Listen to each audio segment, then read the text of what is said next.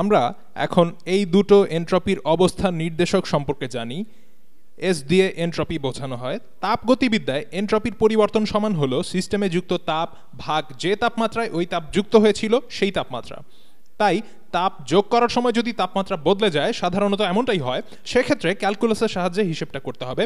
আর এই সংজ্ঞাটাকে ধরে নিতে পারেন এনট্রপির গাণিতিক বা পরিসংখ্যানের ভিত্তিতে দাঁড় করানো সংজ্ঞা হিসেবে। এখানে বলা হচ্ছে যে এনট্রপি হলো কোনো একটা ধ্রুবক গুণ সিস্টেমটা যত সংখ্যক অবস্থায় থাকতে পারে তার লন, অর্থাৎ সিস্টেমটা যত রকম সম্ভাব্য অবস্থায় থাকতে পারে সবগুলোরই সমান সম্ভাব্যতা থাকলে এমন হবে। যেমন যদি কোনো সিস্টেমে কোটিখানেক অণু থাকে তবে তারা কোটি কোটি রকম অবস্থায় থাকতে পারবে, সেক্ষেত্রে ধরে নেওয়া যাবে যে তারা সবাই প্রায় একই রকম। যদি তাদের প্রত্যেকের আলাদা রকম সম্ভাব্যতা থাকে তবে অবশ্য ব্যাপারটা এরকম হবে না। তো যাই হোক, এখন যেহেতু এই দুটো সংজ্ঞা সম্পর্কে আমরা জানি, তাই এখন সময় হয়েছে তাপগতিবিদ্যার দ্বিতীয় সূত্র সম্পর্কে আমাদের জানার, সেকেন্ড ল অফ থার্মোডাইনামিক্স। আর সূত্রটা বেশ সাধারণ, কিন্তু সূত্রটার ব্যাপ্তি অনেক বিশাল। সূত্রটা হচ্ছে যে মহাবিশ্বের এনট্রপির পরিবর্তন ডেল্টা এস ইউ, ইউ মানে ইউনিভার্স বা মহাবিশ্ব, যে কোনো প্রক্রিয়ার ক্ষেত্রে মহাবিশ্বের এনট্রপির পরিবর্তন সবসময় শূন্যের চেয়ে বড় বা শূন্যের সমান হবে। তার মানে হচ্ছে যে মহাবিশ্বে যাই ঘটুক না কেন তাতে মহাবিশ্বের এনট্রপির মান শূন্যের সমান বা তার চেয়ে বড় হবে। তাহলে এবার আমরা আরেকটু বিস্তারিত আলোচনা করব আর ব্যবহারিক ক্ষেত্রে এর প্রয়োগ দেখব। ধরা যাক আমাদের কাছে পাশাপাশি দুটো রিজার্ভয়ার আমাদের কাছে আছে, আর একটার তাপমাত্রা ধরা যাক T1 তাপমাত্রা, আর এটার তাপমাত্রা বেশি মানে গরম, আর আরেকটার তাপমাত্রা ধরা যাক T2, এটা ঠান্ডা। তো আমরা জানি যে যদি একটা দেয়ালের এক পাশে গরম পানি আরেক পাশে ঠান্ডা পানি রাখা হয় তাহলে এক সময় দুদিকের তাপমাত্রাই সমান হয়ে যাবে। একইভাবে এখানেও এক সময় দুদিকের তাপমাত্রা সমান হয়ে যাবে। তার মানে গরম রিজার্ভয়ার থেকে ঠান্ডা রিজার্ভয়ারে তাপের স্থানান্তর হবে। তো ধরা যাক সেই তাপটা হচ্ছে কিউ, যেটা গরম রিজার্ভয়ার থেকে ঠান্ডা রিজার্ভয়ারে যাবে। কখনো কিন্তু ঠান্ডা রিজার্ভয়ার থেকে গরম রিজার্ভয়ারে তাপ যাবে না। যেমন যদি আপনি গরম চা ভর্তি কোনো কাপে এক খণ্ড বরফ ফেলেন, তাহলে এমন হবে না যে বরফ খণ্ডটা আরো ঠান্ডা হবে আর চাটা আরো গরম হবে। যেটা হবে তা হলো একসময় এদের তাপমাত্রা সমান হয়ে যাবে বরফ খণ্ডে চায়ের তাপ স্থানান্তরের মাধ্যমে। আর এই ক্ষেত্রে দুটোই হচ্ছে রিজার্ভয়ার, অর্থাৎ এক্ষেত্রে দুটোর তাপমাত্রাই স্থির। যদিও আমরা জানি বাস্তবে এমনটা কখনোই সম্ভব নয়। বাস্তবে যা হবে তা হলো গরম রিজার্ভয়ার থেকে ঠান্ডা রিজার্ভয়ারে তাপ যাবে এবং ঠান্ডাটার তাপমাত্রা এর ফলে বেড়ে যাবে। তো এখন দেখা যাক তাপগতিবিদ্যার দ্বিতীয় সূত্র অনুসারে কি ঘটবে। এখানে শেষমেশ T1 এর এনট্রপির পরিবর্তন কত হবে। তাপগতিবিদ্যার দ্বিতীয় সূত্র মতে মহাবিশ্বের এনট্রপির পরিবর্তন ডেল্টা এস ইউ হলো শূন্যের চেয়ে বড়, কিন্তু এক্ষেত্রে সেটা সমান হলো T1 এর এনট্রপির পরিবর্তন delta S T1 plus delta S. আচ্ছা, এখানে একটা ব্যাপার, এখানে T1 এর বদলে এটা ধরা যাক, কি ধরা যায়, ধরা যাক 1। এটা এই গরম প্রথম সিস্টেমের জন্য, প্লাস দ্বিতীয় সিস্টেমের এনট্রপির পরিবর্তন ডেল্টা S2। তাহলে প্রথম সিস্টেমের এনট্রপির পরিবর্তন কত? এটা থেকে তাপ বের হয়ে গেছে, এটা কিউ পরিমাণ তাপ হারিয়েছে যখন তার তাপমাত্রা বেশি ছিল। তো এখানে তাপ হারিয়েছে যেহেতু, তাহলে এটা সমান হবে মাইনাস বের হয়ে যাওয়া তাপ কিউ ভাগ তার তখনকার তাপমাত্রা T1, আর এরপর দ্বিতীয় সিস্টেমে কিউ পরিমাণ তাপ যুক্ত হচ্ছে, তাহলে প্লাস কিউ ভাগ T2। এটা হলো দ্বিতীয় সিস্টেমের এনট্রপির পরিবর্তন। প্রথম সিস্টেম তাপ হারাচ্ছে কারণ সে বেশি তাপমাত্রায় আছে, যেটা হলো T1, আর দ্বিতীয় সিস্টেম তাপ লাভ করছে কারণ সে অপেক্ষাকৃত কম তাপমাত্রা T2-তে আছে। এখন প্রশ্ন হলো এই যোগফলটা কি শূন্যের চেয়ে বড় হবে নাকি? একটু ভেবে দেখা যাক। আবার নতুন করে লিখছি, আমরা এদেরকে নতুন করে এভাবে লিখতে পারি, কিউ ভাগ T2 মাইনাস কিউ ভাগ T1, শুধু তাদের জায়গাটা পাল্টাচ্ছি, আর কিছু না। তো এদের ভেতর কোনটা বড়, T2 নাকি T1? আমরা জানি যে T1 বড়, অপেক্ষাকৃত বড়, অর্থাৎ বেগার। তো এখানে T2 এর চেয়ে T1 অপেক্ষাকৃত বড়। লবের দুটো কিউ এর মান এখানে কিন্তু একই, তাহলে এখানে এদের বদলে যদি 1/2 মাইনাস 1/3 হতো, তাহলে সে মানটা 0-র চেয়ে বড় হতো। Q by T2 Q by T ওয়ানের চেয়ে বড়, কারণ এখানে হরের মানটা বড়, একটা বড় সংখ্যা দিয়ে ভাগ করা হয়েছে। এখানে কিউ দিয়ে যে সংখ্যাটা ভাগ করা হয়েছে তার উত্তর থেকে ভাগ করা হয়েছে কিউ ভাগ আরও বড় একটা সংখ্যা, তাই এই ভগ্নাংশটা হবে আরও ছোট, এই ভগ্নাংশটা আরও ছোট হবে, তাই উত্তরটা হবে শূন্যের চেয়ে বড়। তাহলে তাপগতিবিদ্যার দ্বিতীয় সূত্র অনুযায়ী এই ঘটনাটা আমরা এভাবে প্রকাশ করলাম যে গরম কোনো বস্তু থেকে অপেক্ষাকৃত ঠান্ডা বস্তুতে তাপের স্থানান্তর হবে। আশা করি বুঝতে পারছেন। এখন যদি এমন হয় যে এই কথাটা ভুল প্রমাণিত হয় তাহলে কি হবে, চলুন দেখা যাক। যদি একটা রুমে আমরা একটা এসি লাগাই, ধরুন এটা হচ্ছে সেই এসি, আর এটা হচ্ছে সেই রুম, আর এটা হচ্ছে রুমের বাইরের দিক। এখন একটু ভেবে দেখুন এসিটা কি করবে। রুমটা এখন ঠান্ডা বা কোল্ড, আর বাইরে গরম বা হট, আর এসি ঠান্ডা রুমটা আরও ঠান্ডা করবে আর বাইরের গরমকে আরও গরম করবে। এসিটা ধরা যাক কিউ পরিমাণ তাপ এই রুম থেকে নিয়ে সেটা বাইরে বের করে দেবে।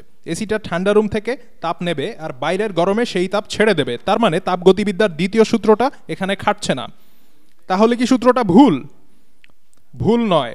একটা ছোট্ট ব্যাপার এখানে খেয়াল করতে হবে, সেটা হচ্ছে এই যে এসিটা, এটার ভেতরে এক ধরনের ইঞ্জিন বা কম্প্রেসর আছে, যার কারণেই এরকম ঘটছে। সেটা কাজ করছে দেখেই এমনটা হচ্ছে। তো ধরুন এটাই সেই ইঞ্জিন, এই ইঞ্জিনটা কিছু পরিমাণ তাপ বের করে দিচ্ছে। ধরা যাক সেই তাপটা হলো কিউই, যেটা ইঞ্জিনটা বের করে দিচ্ছে। এখন যদি আপনি জানতে চান এই পুরোটা ঘটনায় এনট্রপির অবস্থাটা কি, এই পুরো পরিবেশটার এনট্রপি, যেটা হবে ঠান্ডা রুমের এনট্রপির পরিবর্তন ডেল্টা এস সি, ঠান্ডা রুমের এনট্রপির পরিবর্তন ডেল্টা এস সি প্লাস বাইরের এনট্রপির পরিবর্তন ডেল্টা এস ও। আচ্ছা, এটা এস আর ধরা যাক। তাহলে রুম থেকে তাপ বের হয়ে যাচ্ছে। ধরা যাক কোনো নির্দিষ্ট সময়ে রুমের তাপমাত্রা স্থির, তাহলে কিউ পরিমাণ তাপ বের হয়ে যাচ্ছে ভাগ ওই সময়ে রুমের তাপমাত্রা T1। আর যেহেতু তাপ হারাচ্ছে তাই এটা মাইনাস, আর বাইরে কিউ পরিমাণ তাপ যুক্ত হচ্ছে T2 তাপমাত্রায়। তাহলে এখানে কিউ বাই T2 এই কিউ বাই T1 এর চেয়ে ছোট হবে, কারণ এখানে এটার হর বড়, তাই এখানে শেষমেশ একটা ঋণাত্মক মান পাওয়া যাবে, যেটা তাপগতিবিদ্যার দ্বিতীয় সূত্রের উল্টো। তাহলে সূত্রটা কি ভুল?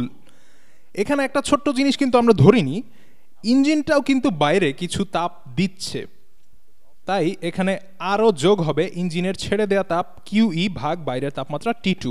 আর এই মানটার কারণে সব শেষে যে উত্তরটা আসবে সেটা ধনাত্মক হবে।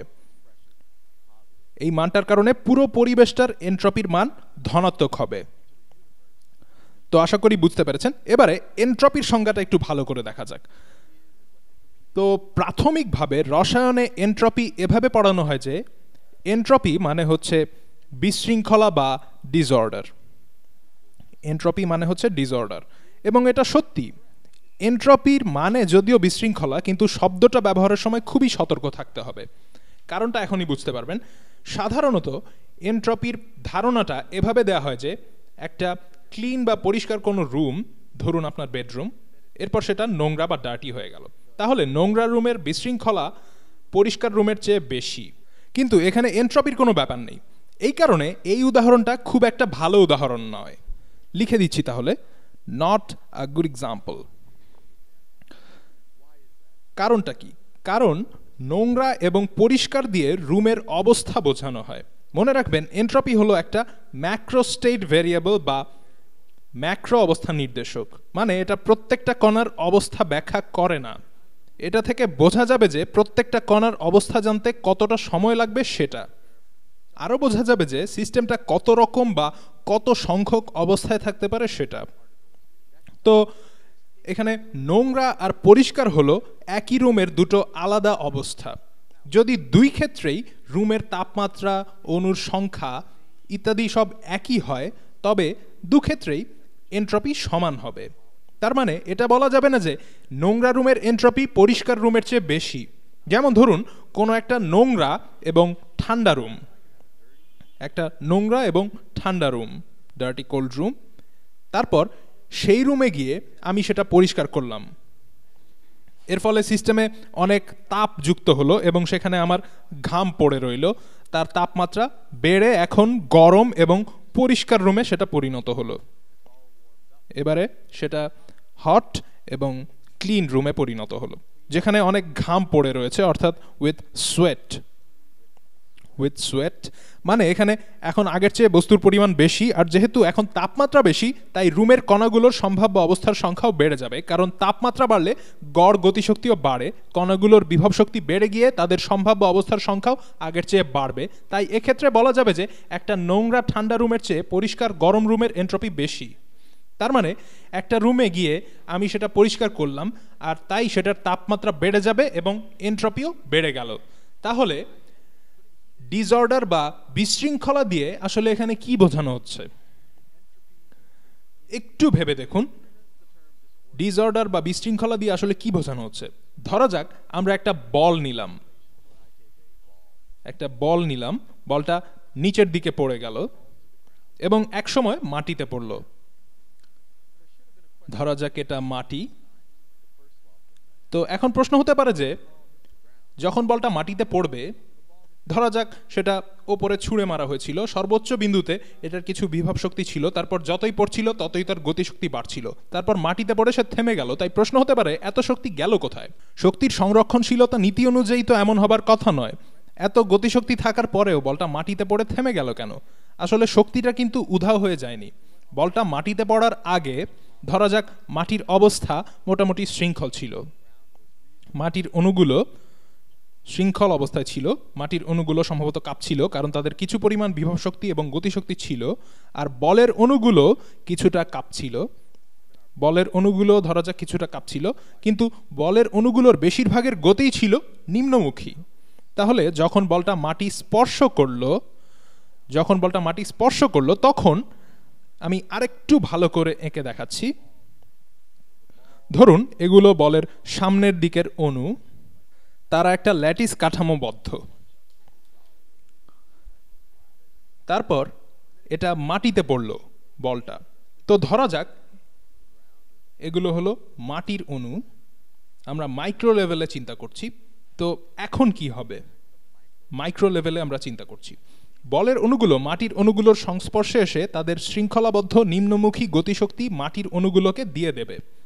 তাই তারা যখন মাটির অণুগুলোর সাথে বাড়ি খাবে, যেমন ধরুন এই বলের অণুটা যখন মাটির অণুটার সাথে ধাক্কা খাবে তখন সে এদিকে যেতে চাইবে, এই অণুটা হয়তো এদিকে যেতে চাইবে, আবার আগের জায়গায় ফিরে এসে এদিক ওদিক করতে থাকবে। এই অণুটা হয়তো এই অণুটার সাথে ধাক্কা খেয়ে এদিকে চলে যাবে, হয়তো এটার সাথে বাড়ি খেয়ে এটা এদিকে যাবে, আর যেহেতু এই অণুটা এদিকে এটার সাথে ধাক্কা খাবে তাই হয়তো এটা এদিকে চলে আসবে, আবার তার পাশেরটা হয়তো ধাক্কা খেয়ে এদিকে আসবে।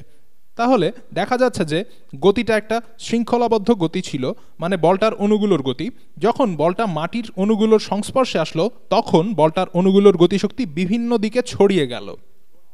এই অণুটা হয়তো এখন এটাকে ধাক্কা দেবে, এই অণুটা হয়তো এদিকে যাবে, তাহলে গতিটা এখন আর শৃঙ্খলাবদ্ধ নেই। যদি আমাদের কাছে অনেকগুলো অণু থাকে যেগুলো সব একই দিকে গতিশীল, তখন তাদের মাইক্রোস্টেট হবে ম্যাক্রোস্টেটের মতো, মানে সবগুলো একই সাথে একই দিকে গতিশীল। আবার যদি একগুচ্ছ অণু থাকে যারা এক একটা এক এক দিকে গতিশীল, তখন বলটা স্থির থাকবে। যদিও অণুগুলোর সেই একই পরিমাণ গতিশক্তি আছে, কিন্তু সেই গতিশক্তি নিয়ে তারা নিজেরাই ধাক্কাধাক্কি করছে, আর এমন গতিশক্তিকে বলা হয় আভ্যন্তরীণ শক্তি, বা অনেক সময় একে তাপমাত্রাও বলা যেতে পারে, কারণ তাপমাত্রা হলো অণুগুলোর গড় গতিশক্তি। তাহলে এখানে অণুগুলো বিশৃঙ্খল হয়ে গেছে, মানে তাদের বেগ বা শক্তি বিশৃঙ্খল হয়ে গেছে। তার আগে যখন তারা বেশ শৃঙ্খলাবদ্ধ ছিল তখন অণুগুলো হয়তো একটু কাঁপছিল, কিন্তু তারপরও তারা সবাই নিচের দিকে যাচ্ছিল, আর মাটির সংস্পর্শে আসার পর তারা এক একটা এক এক দিকে আরো বেশি করে কাঁপতে লাগলো, যার ফলে মাটির অণুগুলো বিভিন্ন দিকে চলে গেল, অর্থাৎ মাইক্রোস্টেট লেভেলে সবকিছু বিশৃঙ্খল অবস্থায় চলে গেল। তো এখানে একটা মজার ব্যাপার আছে, যেমন আপনি ভাবতে পারেন যে এই বলটা মাটিতে পড়লো, তো এখানে এমনও হতে পারে যে মাটিতে বলটা পড়ার পর মাটির অণুগুলো এমনভাবে বিশৃঙ্খল হলো যে তারা বলের অণুগুলোকে ধাক্কা দিল, আর এমন একটা সম্ভাবনা আছে যে সব মাটির অণুগুলো একসাথে এমনভাবে বলের অণুগুলোকে ধাক্কা দেবে যে বলটা আবার ওপরে উঠে যাবে।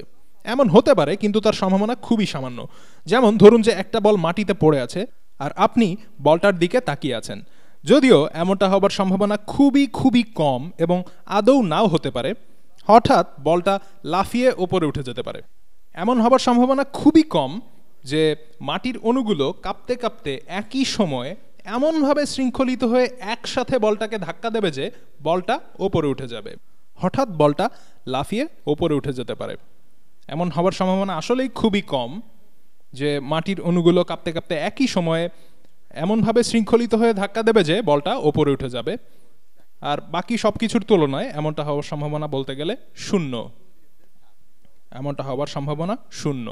তাই যখন শৃঙ্খল আর বিশৃঙ্খল অবস্থার কথা বলা হয়, দেখতেই পাচ্ছেন এখানে বিশৃঙ্খলা বাড়ছে, কারণ এখন অণুগুলো আগের চেয়ে আরও বেশি দিকে ছড়িয়ে যাচ্ছে এবং তাদের সম্ভাব্য অবস্থার সংখ্যাও তাই বেড়ে যাচ্ছে।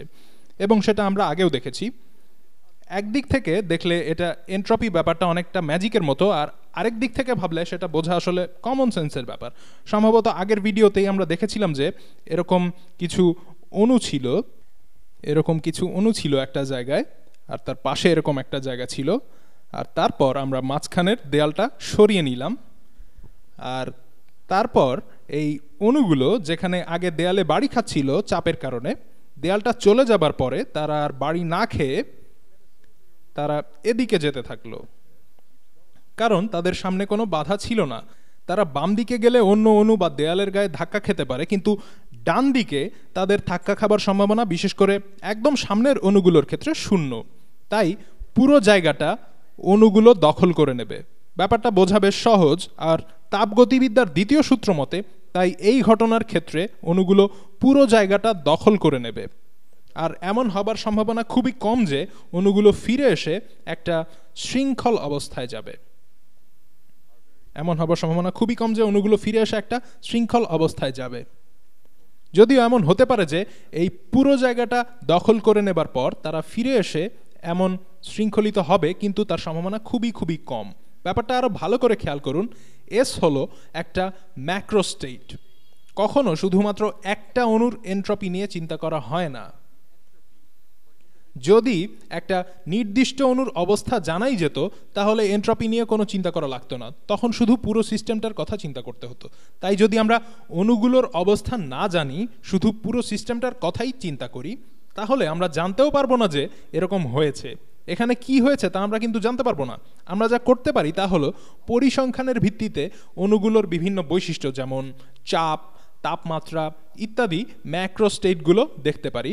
আর তার ভিত্তিতে বলতে পারি যে এরকম বড় বক্সের ভেতরে থাকা অণুগুলোর সম্ভাব্য অবস্থার সংখ্যা একই সংখ্যক অণু যদি একটা ছোট বক্সে থাকতো, তাদের তখনকার অবস্থার সংখ্যার চেয়ে বেশি। যদি অণুগুলো এভাবে শৃঙ্খলিত অবস্থায় চলেও যেত, সেটাও আমরা জানতে পারতাম না, কারণ আমরা এখানে মাইক্রোস্টেটগুলো দেখছি না। ব্যাপারটা কিন্তু খুবই গুরুত্বপূর্ণ। তাই যখন বলা হয় যে একটা নোংরা রুমের এন্ট্রপি একটা পরিষ্কার রুমের এন্ট্রপির চেয়ে বেশি, তখন সেটা মাইক্রোস্টেটগুলোর ভিত্তিতে বলা হচ্ছে।